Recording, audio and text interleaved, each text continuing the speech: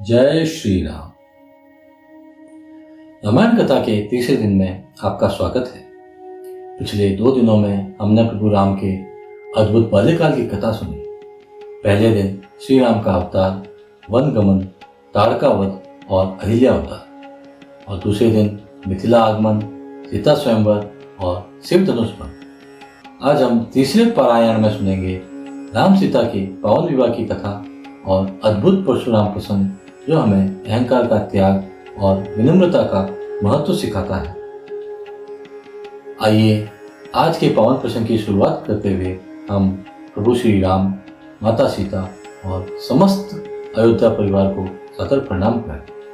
हे प्रभु राम, आप प्रेम और मर्यादा के प्रतीक हैं। कृपया हमारे हृदय को अपने दिव्य प्रेम और आदर्शों से भर दें।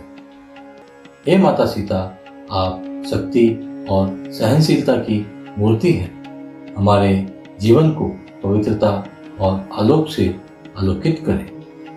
आइए आज की कथा की शुरुआत एक सुंदर चौपाई से करें। रघुकुल तिलक जो राजीव लोचन, दीन बंधु तारति मोचन। अर्थात वह रघुकुल का गौरव और तिलक, जिनकी आंखें कमल के समान उज्ज्वल हैं, दीनों के सहायक और संकट में फंसे हुए प्राणियों के उद्धारक हैं।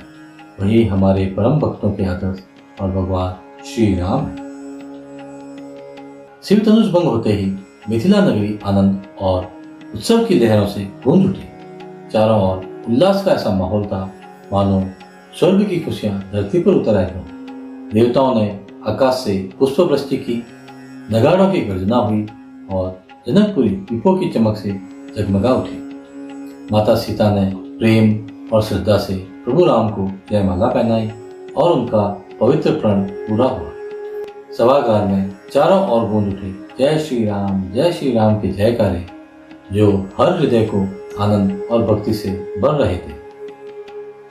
इधर शिव धनुष भंग होते ही सभा में एक महातेजस्वी मुनि प्रकट हुए, भगवान परशुराम। परशुराम ऋषि केवल भगवान शिव के परम भक्ति नहीं थे, बल्कि धर्म की रक्षा के लिए पृथ्वी से अत्याचारी और अधर्मी शत्रुओं का संहार करने वाले महायोद्धा भी थे। इतिहास में कहते हैं कि उन्होंने अनेक बार इस पृथ्वी को शत्रुओं से शुद्ध किया और न्याय एवं धर्म की स्थापना की। उनका क्रोध इतना प्रबल था कि चारों दिशाएं थर्रा उठी। उन्होंने गर्जित स्वर में कहा, किसने मेरे गुरु भगवान शिव का धनुष तोड़ने का दुस्साहस किया है, मैं उसे दंड दूंगा। सभागार में सन्नाटा छा गया।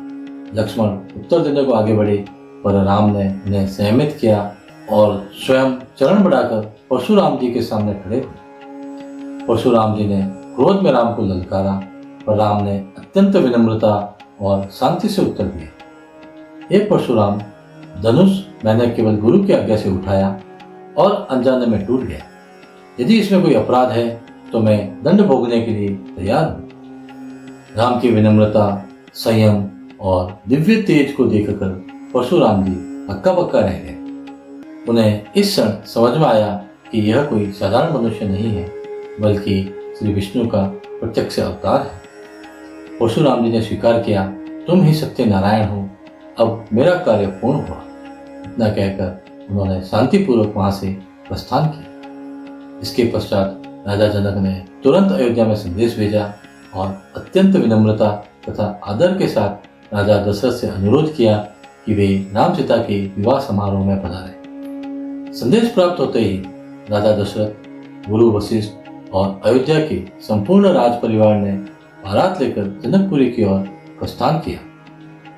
जनक और दशरथ का मिलन अत्यंत हर्षोल्लास और सम्मान के साथ हुआ। दोनों महान राजाओं ने एक दूसरे का गहन आदर, सत्कार और प्रेम व्यक्त किया। यह मिलन केवल 2 राजाओं का नहीं था, बल्कि यह 2 परिवारों, 2 कुलों और 2 महान संस्कृतियों का पावन संगम था, जिसमें धरोहर, संस्कार और प्रेम की शक्ति झलक रही थी।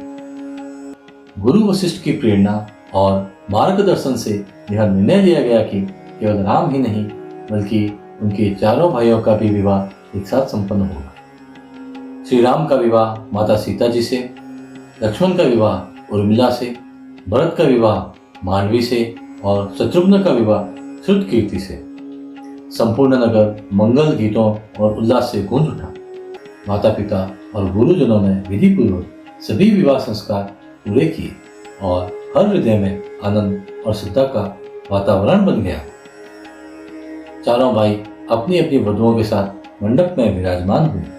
संगीत, वेद मंत्र और भजन कीर्तन की ध्वनियों से पूरा वातावरण पवित्र और दिव्य हो गया। राम और सीता का दिव्य रूप देखकर हर कोई मोहित और निहाल हो उठा। ऐसा प्रतीत हो रहा था मानो स्वयं लक्ष्मी नारायण और शिव पार्वती उस मंडप में विराजमान हो। यह दृश्य इतना अद्भुत था कि देवता भी आकाश से पुष्प वृष्टि कर रहे थे और हर कोना उल्लास और भक्ति से चमक रहा था। विवाह उत्साह के समापन के बाद चारों नव दंपति जनकपुरी से विदा लेकर अयोध्या की ओर प्रस्थान किए। अयोध्या में उनका भव्य और हर्षोल्लासपूर्ण स्वागत हुआ।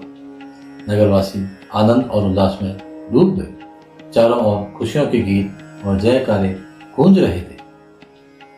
इस प्रकार तीसरे दिन की कथा में हमने सुना राम सीता विवाह, चारों भाइयों के विवाह और परशुराम प्रसंग।